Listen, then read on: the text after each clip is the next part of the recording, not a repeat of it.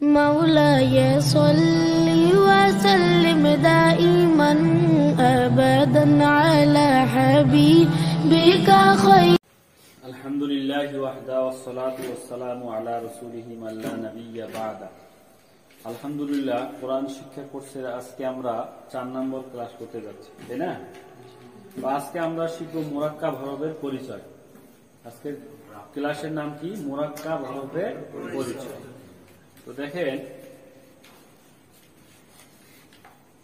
এটা কি বলেন তো আলিফ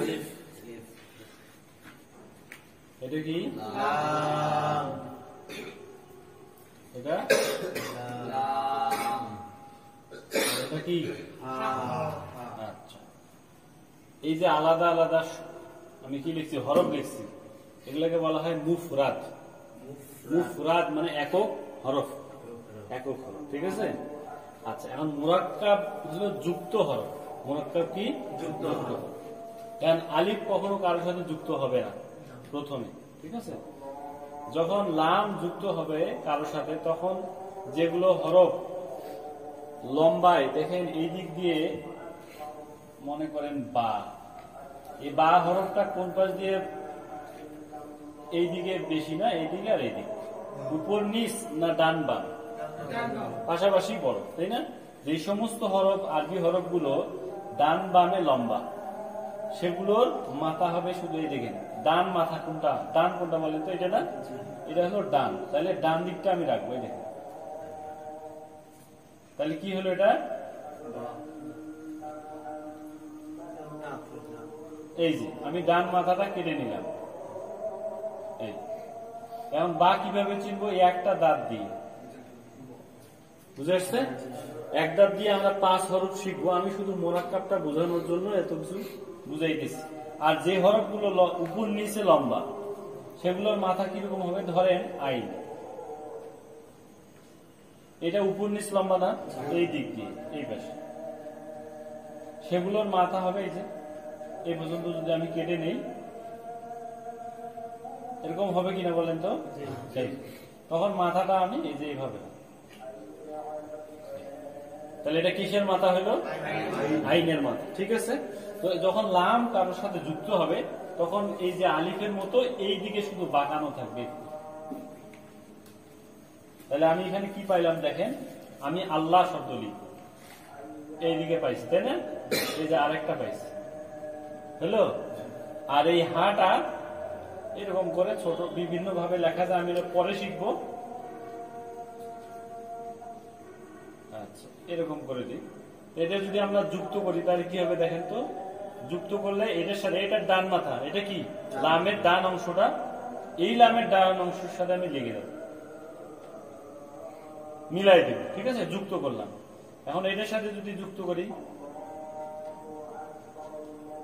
কি হলো বলেন তো আল্লাহ বলেন আল্লাহর নামটা একটু ভালো করে বলেন আল্লাহ ঠিক আছে তাহলে এই যে আলিফ লাম লাম হা আলাদা আলাদা ছিল ওটাকে বলা হয় মুফরাদ আর বর্তমান যে আল্লাহ শব্দটি রয়েছে এটাই হলো কি বলেন তো মুরাক্কাব মানে যুক্ত বর্ণ যুক্ত বর্ণ হ্যাঁ যুক্ত বর্ণ যুক্ত বর্ণ বুঝে আসছে ভাই আচ্ছা এখন দেখেন তাহলে আর মুরাক্কাব কাকে বলা হয় দেখেন 5 নম্বর পৃষ্ঠার মধ্যে আপনাদের বইয়ে দেয়া আছে যে ডানের হরফকে বামের হরফের সঙ্গে মিলিয়ে লেখাকে মুরাক্কাব বলে আমি আবার বলতেছি ডানের হরফকে বামের হরফের সঙ্গে মিলিয়ে লেখাকে মুরাক্কাব বলে যখন আরবি হরফগুলো মিলিত অবস্থায় বা যুক্ত অবস্থায় থাকবে তখন তার ডান মাথা দেখে চিনতে হবে যেমন আমি এখানে লাম কিভাবে চিনবো এতটুকু এই অংশটা দেখে চিনবো লাম ডান অংশটা তারপর এখানে এটাও কি এটা লাম কেন এটা আলিফের মতো যদিও কিন্তু আলিফ কখনো মাঝে যুক্ত হয় না মনে থাকবে আর হা এটা হলো হা ছোট হাটা এটা মুরাক্কাব তাহলে আমরা এখন মুরাক্কাব কেমনে আমরা চিনবো এটা আমরা এখন শিখব ঠিক আছে উদাহরণ সহকারে তো আমরা এক দাঁত দিয়ে কয়টা হরফ শিখবো? 5 হরফ শিখবো, তাই না? এক দাঁত এই যে দিলাম, তার নিচে এক নোক্তা দিলে কি হলো বলেন? বা। এই এক দাঁত আবার লিখবেন। এখন উপরে এক নোক্তা দিলে কি হবে? নুন। বলেন আচ্ছা। এই এক দাঁত দিয়ে আবার যদি 2 নোক্তা নিচে দেই তাহলে কি হলো? ইয়া। ইয়ার নিচে কয় নোক্তা? 2 নোক্তা। এই এক দাঁতের উপরে যদি আবার 2 নোক্তা থাকে তখন কি হবে? তা। পার্থক্য বুঝে আসছে? দাঁত একটা, নিচে এক নোক্তা থাকার কারণে বা হলো, উপরে থাকার কারণে এক নোক্তা নুন, নিচে 2টা থাকার কারণে ইয়া, উপরে 2টা থাকার কারণে তা। ঠিক আছে? আর পরে এক দাঁত দিয়ে যদি আবার 3 নোক্তা থাকে তাহলে কি হবে? সা। ঠিক আছে? হ্যাঁ, বলেন এক দাঁত দিয়ে 5 হরফ। বা। এক দাঁতের নিচে এক নোক্তা দিলে বা। এক দাঁতের উপর এক নোক্তা দিলে নুন। এক দাঁতের নিচে 2 নোক্তা দিলে ইয়া। এক দাঁতের উপর 2 নোক্তা দিলে তা। এক দাঁতের উপর 3 নোক্তা দিলে থা। বুঝে আসছে না? এখন দেখেন বা যদি শুরুতে থাকে কেমন আসবে, মাঝখানে থাকলে কেমন আসবে, শেষে থাকলে কেমন আসবে, তাই না? আচ্ছা, এই বইয়ের 4 নম্বর পৃষ্ঠায় দেয়া আছে, দেখেন। শুরুতে যদি থাকে তাহলে বাটা এমন হবে। ঠিক আছে? বা এই 5টা হরফ শুরুতে থাকলে কেমন হবে? এমন হবে। আচ্ছা, এখন মাঝখানে যদি থাকে, অথবা উল্টা দাঁত দিয়ে যে আমি বললাম উল্টা দাঁত, এই দেখেন এটাকে বলা হয় উল্টা দাঁত। এরকম নিচে এক নোক্তা থাকতে পারে, তখন কি হবে? বা। এই দাঁতটাকে বলা হয় উল্টা দাঁত। আচ্ছা, এটা দিয়ে আমি উদাহরণ দিচ্ছি পরে। আচ্ছা, যদি শেষে থাকে তাহলে, মাঝখানে থাকে তাহলে কেমন হবে দেখেন। ঠিক আছে? এই যে দাঁত দিকে আমি কি চিনবো? বা। 2টা থাকলে কি হইতো? ইয়া। উপরে একটা থাকলে এইটা হলো শুরুতে থাকবে, এই 2টা শুরু থাকলে এমন, এটা হলো মাঝখানে। আর শেষে থাকলে আমরা যে শেষে সাধারণত স্বাভাবিক যে চেহারাটা আমরা পড়ছি হরফের, সেই চেহারায় থাকবে। ওকে? হ্যাঁ, তো শেষে আমরা কিরকম পড়ছিলাম? ঠিক আছে, এই দিকে ধরেন এরকম, এটা পড়ছি না শেষে? বা। এই তাহলে এই 2টা হলো শুরুতে থাকলে এমন, আর মাঝখানে থাকলে এই যে এরকম একটা দাগ থাকবে, 2 পাশে 2 হরফ আরো যুক্ত থাকবে, আর শেষে থাকলে এদিকে একটা আরো হরফ যুক্ত, আর এখান থেকে এই যে বা শুরু শেষে। বুঝে আসছে ভাই? আচ্ছা, এটা দিয়ে আমরা কয়টা হরফ পাইলাম? 5টা। এইভাবে নুন, তা, সা, ইয়া এরকম থাকবে। ওকে? এখন উদাহরণ দেখেন, উদাহরণ একটা দিচ্ছি, জানেন এটা দিয়ে লিখি।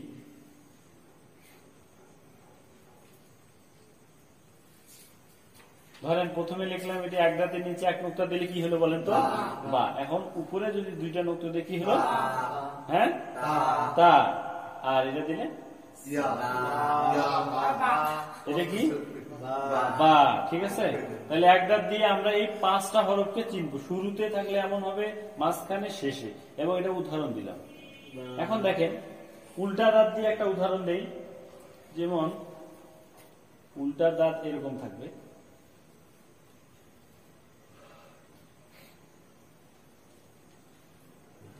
ঠিক আছে? সবাই যে দেখেন কি হলো, এটা বা। কেননা এই দাঁতটা উল্টা পাশে আছে, তার নিচে এক নোক্তা আছে, আর এখানে এটা কি হলো এখন বলেন তো? এটা হা। কি হচ্ছে? হা। যদি এরকম থাকে তাই না? এই হলো। যদি এইখানে এরকম থাকে, দেখেন এক উল্টা দাঁতের কারণে এটা সা হলো, আর নিচে হলো জিম। ভাই বুঝে আসছে? আচ্ছা, এটা আমরা একটা উদাহরণ পড়লাম। এরপরে আসেন হায়ের মাথা দিয়ে আমরা এখন 3 হরফ পড়ব। আমি কি বলছিলাম যে উপরে নিচে, যেমন দেখেন জিম হা কেমন করে আমরা লিখছিলাম, এটা কি বলেন তো, জিম। এই যে এখন কি হলো, জিম। আচ্ছা, তাহলে আমরা যে এটা উপরে নিচে লম্বা না, তাহলে এটা আমরা কি করব, নিচেরটা যদি মিশাই দেই তাহলে কি পাবো, শুধু তার মাথাটা পাবো। তাহলে এটা কিসের মাথা পাইলাম, হায়ের মাথা, তাই না? এখন পাইলাম এটা হায়ের মাথা। তো এটাকে আমরা যদি এইভাবে লিখি, এটা কি হায়ের মাথা। তাহলে উপরে নিচে এক নোক্তা দিলে কি হলো, জিম, আর উপরে হয়, বুঝে আসছে তো? মাথা দিকে আমরা জিম হা খ চিনব। হায়ের মাথা দিয়ে 3 হরফ, বলেন হায়ের মাথা দিয়ে 3 হরফ, হায়ের মাথা দিয়ে 3 হরফ, হায়ের মাথা দিয়ে 3 হরফ, হায়ের মাথা দিয়ে 3 হরফ। আচ্ছা, এই যে হায়ের মাথার উপর এক নোক্তা দিলে খ, হায়ের মাথার উপর এক নোক্তা দিলে খ, হায়ের মাথার নিচে এক নোক্তা দিলে জিম, হায়ের মাথার নিচে এক নোক্তা দিলে জিম, নোক্তা মুছিয়া ফেলিলে হা, নোক্তা মুছিয়া ফেলিলে হা। বুঝে আসছে? হা। এখন শুরুতে শেষে আর মাঝখানে থাকলে কেমন হবে এটা আমরা শিখব। দেখেন শুরুতে থাকলে কেমন হবে, এই যে হায়ের মাথা। যদি মাঝখানে থাকে তাহলে কেমন হবে, এইদিকে দেখাচ্ছি, ধরেন এইদিকে বা আছে, এই যে এরকম থাকে। আর শেষে থাকলে কেমন হবে, মূল হাঁটা। ধরেন এইদিকে কোন হরফ আছে, এইদিকে, আচ্ছা আমরা এটাকে অন্যভাবে লিখি,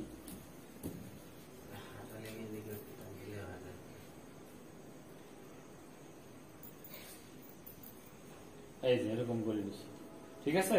ধরেন এটা বা আছে আর এটা হলো হায়ের মাথা। বুঝে আসছে ভাই? এখন এই উপরে নোক্তা থাকলে হবে খ, আর যদি এখানে থাকে জিম। আচ্ছা, এই হলো হায়।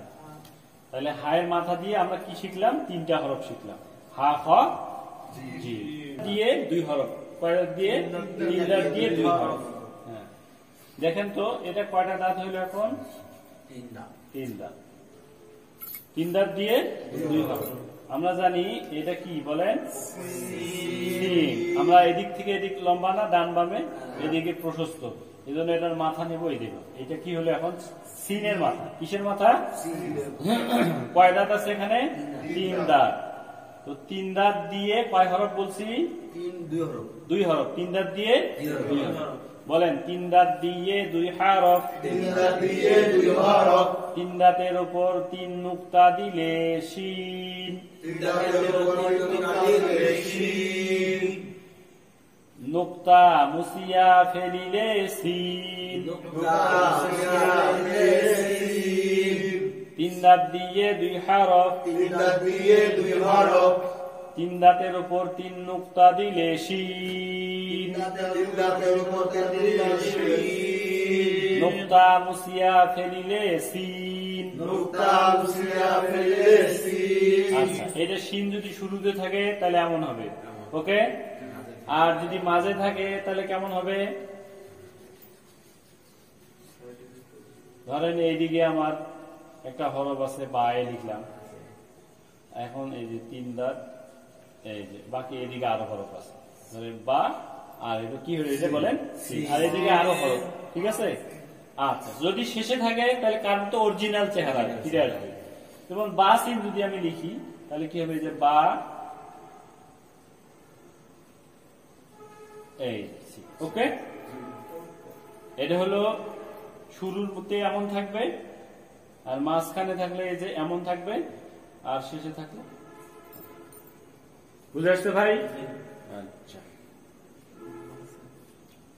ঠিক একই রকম ভাবে সদের মাথা দিয়ে আমরা 2 হরফ করব। এটা কি বলেন, কি লিখছি বলেন, সদ। কি এটা শুদ্ধ, সদ। এখন এটা কি কেটে দিলাম, কি হলো বলেন? সদের মাথা, সদ সরাসরি সদের মাথা, এই ওকে। এটা শুরুতে থাকলে সদ। আচ্ছা, এখন এই বলেন সদের মাথা দিয়ে দুই হরফ, সদের উপর এক নুক্তা দিলে দদ, সদের মাথার উপর এক নুক্তা দিলে দদ, নুক্তা মুসিয়া ফেলিলে সদ। ওকে, এখন সদ শুরুতে থাকলে কেমন থাকবে? এর মাথা নিয়ে থাকবে, এটা শুরু। আর মাঝখানে থাকলে, আমি আবার দেখাচ্ছি, মাঝখানে ধরেন একটা বা আছে, এই যে এটা হলো মাঝখানে বা সদ, সদের মাথার শেষে থাকলে আবার কার মতো? অরিজিনাল চেহারা। বা সদ যদি লিখি তাহলে এই যেমন বা, এটা কি সদ, এটা কিন্তু সদের মাথা না, পুরা সদ। আর এটা হলো সদের মাথা বা সদও বলতে পারে, যখন মুরাক্কাব থাকবে তখন কি। তাহলে এটা আমরা শুরুতে থাকলে এমন থাকবে, মাঝখানে সদ এমন থাকবে, আর শেষে তাহলে অরিজিনাল চেহারা থাকবে। ভাই বুঝে আসছে? আচ্ছা, ঠিক আছে, আজকেই পর্যন্ত। হ্যাঁ, আসসালামু আলাইকুম।